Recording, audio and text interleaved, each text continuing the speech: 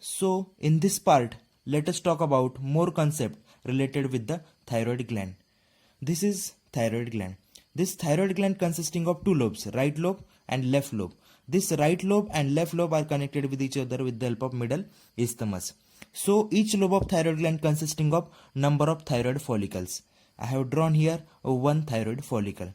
So this thyroid follicle consisting of many cells which are arranged into the circular fashion. So this is one cuboidal cell, this is another, and having nucleus at the center. So each thyroid follicle is made up of single cell. This is one particular single cell. This one particular single cell called as thyrocyte cell. This thyrocyte cell secretes or form two hormones, that is T3 and T4 here. So here there is a formation of thyroid hormones, and from here it is further secreted into the lumen of thyroid follicle. So this thyroid follicle or thyrocyte cell forms T3 hormone into the lesser extent and T4 hormone into the more extent, or they form T3 in small amount and form T4 into the larger amount. So this T3 and T4 is further secreted into the circulation. So this is the systemic circulation. So this T3 goes into the systemic circulation and this T4 also goes into the systemic circulation. On the contrary, suppose this is liver. The liver is made up of cells called as hepatocytes.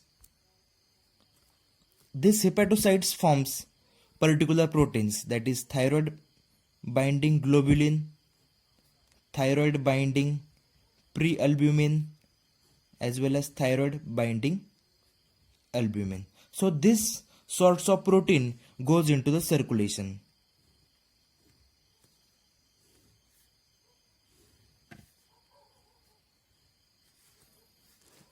So this is what? Thyroid binding globulin. This is thyroid binding prealbumin, and this is thyroid binding albumin. So this thyroid binding globulins as well as thyroid binding prealbumin or thyroid binding albumin acts as a vehicle for this T3 and T4. So this T3 and T4 goes and binds over thyroid binding globulin in more extent. In some extent it also goes and binds to the thyroid binding prealbumin, and in the lesser extent this T3 and T4 goes and bind to the thyroid binding albumin. So once this hormones T3 and T4 goes and finally binds with this thyroid binding globulins as well as thyroid binding prealbumin as well as thyroid binding albumin. So from here 99% of T4 and T3 are present in the bound form. So about 99% T4 and T3 present in the bound form, that is they are in association with this particular sorts of protein, and less than 1% T3 and T4 are present in the free form. So about 1% of thyroid hormones are present in the free form. So this T3 is present in the free form as well as T4 present in the free form about less than 1%. So this T3 or free T3 is present in active form, and problem happens with this free T4 which is present in the inactive form. So this free T3 which is in the directly active form, it goes and directly acts on the target tissue or target cell. But the problem happens with the T4 molecule which is recently inactive. Because this T4 molecule is inactive, it can't go directly into the cell. Hence this T4 has to be converted into the T3 first. So this T4 has to be converted into T3. So within the circulation, this T3 and T4 molecule further circulate and further goes towards the target tissue. So once this T4, suppose this is the structure of T4 molecule, this is T4 having 1 iodine, second, third and fourth, having 4 iodine molecule. This is T4 molecule. This T4 molecule, when came in a contact with the enzymes, that is 5' mono deiodinase or 5 mono deiodinase. So once this T4 molecule came in a contact with this enzyme, that is 5' mono deiodinase, this molecule of T4 further changes into molecule which is something look like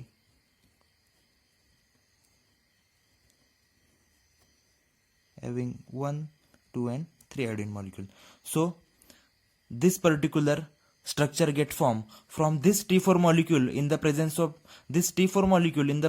enzyme, that is 5' mono deiodinase. This enzyme mono deiodinase, this enzyme name itself indicates that it deiodinizes this molecule, that it removes one iodine molecule from the 5' position. Suppose this is 3' position and this is 5' position. So this 5' mono deiodinase enzyme removes this iodine molecule from this structure of the T4, and finally the structure which is formed something look like this, and this is nothing but the structure of T3. Hence, in the presence of enzyme 5' mono deiodinase, this T4 molecule is converted into the T3 molecule which is present in the directly active form, and further this T3 molecule goes and acts on the target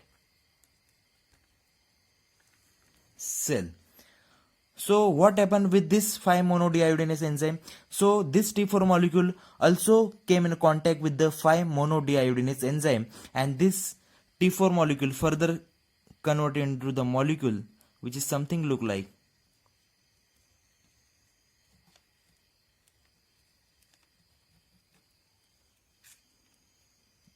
that. This enzyme, that is 5 mono deiodinase, removes the iodine which is present here. So this iodine this iodine get removed because of this enzyme. So this 5 mono deiodinase enzyme further forms this sort of structure, and which is look like as a reverse T3. So once the T4 is converted into the T3 which is in the active form, this T3 goes and acts on the target cell. So let us talk about how the T3 or thyroid hormones acts on the target cell. So again, this is thyroid gland, this is thyroid follicle, and this thyroid follicle secretes lesser amount of T3 and more amount of T4 molecule or hormone. So this T3 goes directly towards the target tissue or target cell and acts on this target cell. But the problem happens with this T4 molecule. So this T4 molecule, in the presence of enzyme 5' mono deiodinase, is converted into the T3 molecule. So this T3 molecule further goes towards the target cell. Suppose this is the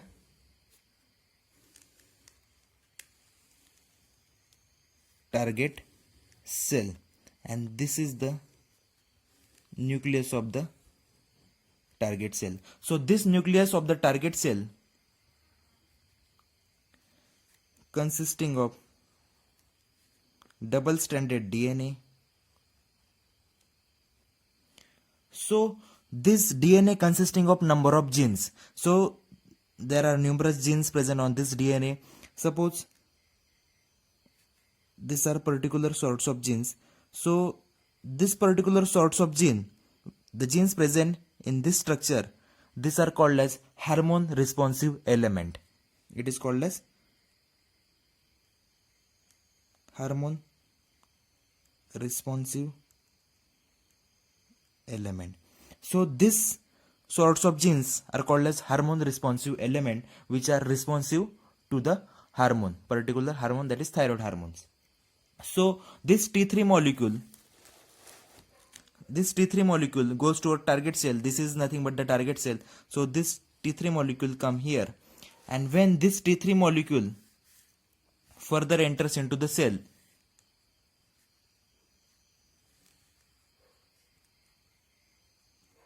directly, because it is in the active form. So this T3 molecule once enters into the target cell, it further enters into the nucleus of the cell. So once this T3 molecule enters into the nucleus of the cell, the nucleus of the target cell consisting of number of receptors. Suppose this is one sort of receptor. This is a special type of receptor present in the target cell, having three domains. This is first domain, this is second domain, and this is third domain. So this domain is called as T3 receptor. Second domain, that is this domain is called as RXR, that is retinoic acid X receptor. So this is the first domain, which is T3 receptor. This is second domain, that is retinoic acid X receptor, and this is third domain, that is called as effector domain. So this effector domain is the third domain. So this particular receptor consisting of three domains, this is first, this is second, and this is third. So once this T3 molecule enters into the nucleus of the target cell, this goes and binds to this particular receptor, which is T3 receptor, and also goes and binds to this receptor also, that is nothing but the retinoic acid X receptor. Once this both receptor get occupied, these receptors get activated and they further stimulate this particular effector domain. And once this effector domain, which is initially in the inactive form, this effector domain goes and binds here, binds to the hormone responsive element of the DNA.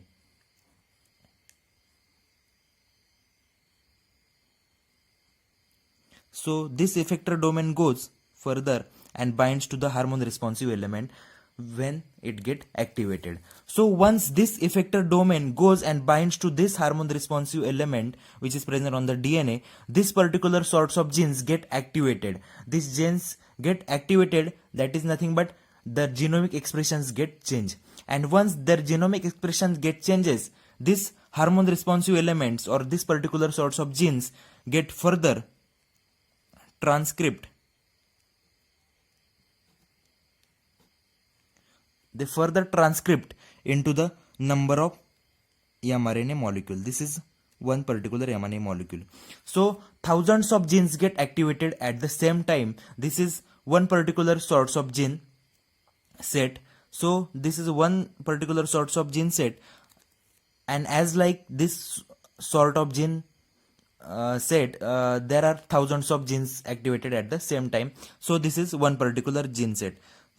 This gene set further transcript into the mRNA. So this is a special type of mRNA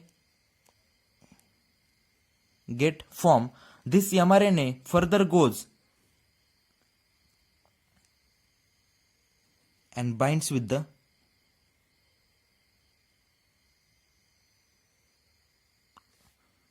ribosome molecule. These are ribosomes. So once it is happen in the cell, so the process of transcription also happens in the cell. So this mRNA molecule, when attached with the ribosome molecule, this mRNA molecule further convert into the, or it further forms the number of peptides. These are peptides. So number of new proteins get formed. So once this mRNA or messenger RNA binds with the ribosome molecule, the number of peptides get formed, and finally the new proteins get formed. So number of new proteins, number of new enzymes get formed. The proteins are nothing but structural protein,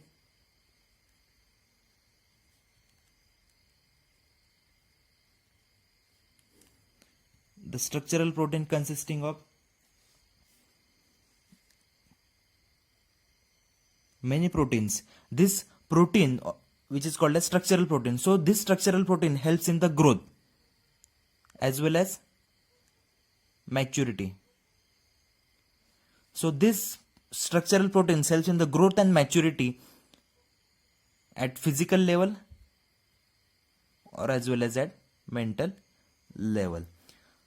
So one type of protein, that is structural proteins, this structural protein which get formed, they helps in the growth and maturity at a physical level as well as mental level. Second type of protein is nothing but functional proteins.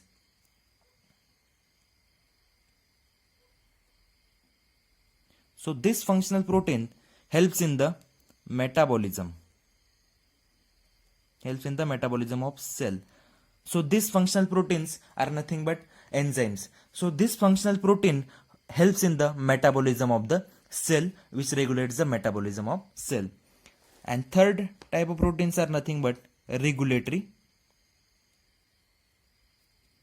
proteins. So what are regulatory proteins?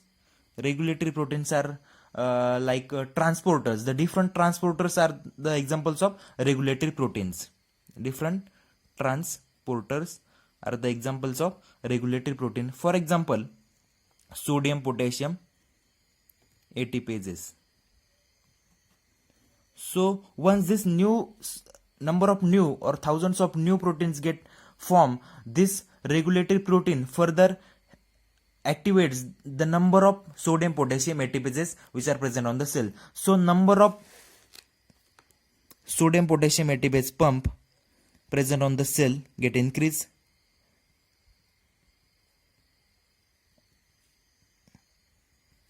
These are sodium, potassium, ATPases pump which are present on the target cell.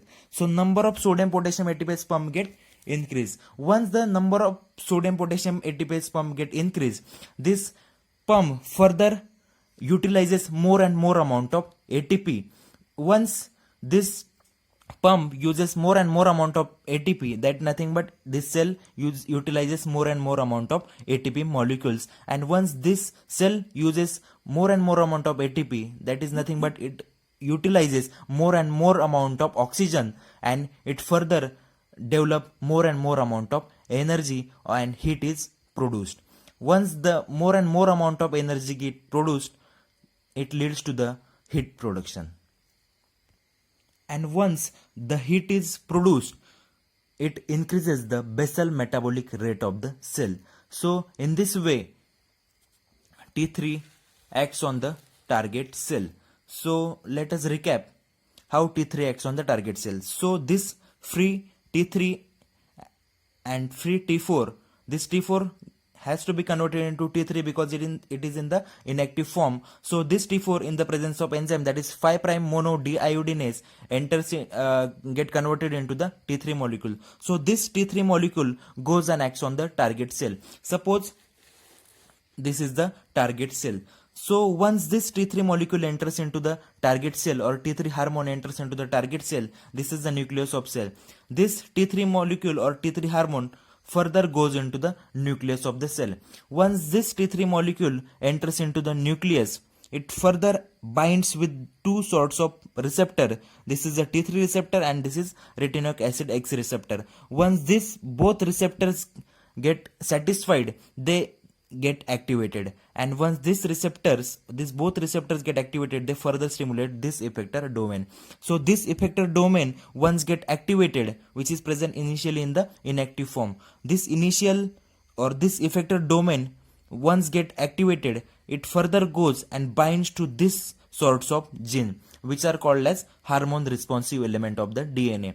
So this effector domain goes and bind to the hormone responsive element of the DNA. So number of genes get activated. So number of genes once get activated, they changes their genomic expression and they further transcript into the messenger RNA. So thousands of messenger RNA get formed. This is one particular messenger RNA. So once this messenger RNA or mRNA get formed, this further goes and attached to the ribosome molecule. These are ribosome molecule which are present in the cell. Once this messenger RNA attached with the ribosome molecule, they further forms a number of peptides. These are peptides.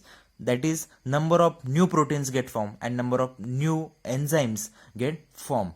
So what are the different types of protein get formed? That is, they are structural proteins. This structural protein helps in the growth and maturity at the physical as well as mental level.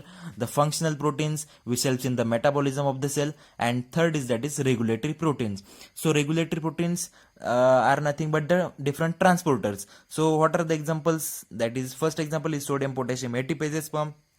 So number of sodium potassium, these are the sodium potassium pump over the target cell. So number of sodium potassium ATPase pump get increases, their number get rises over the target cell. And once this pump get rises or their number get rises, they utilizes more and more amount of ATP. And once this more and more amount of ATP is utilized by the cell, it also utilizes the more and more amount of oxygen. And once the ATP as well as oxygen is utilized by the cell, the heat is or the heat production starts and the more amount of heat get produced, and finally it leads to the increase in basal metabolic rate of the cell. So finally, with the help of T3 or thyroid hormones, the basal metabolic rate of the target cell goes on rising.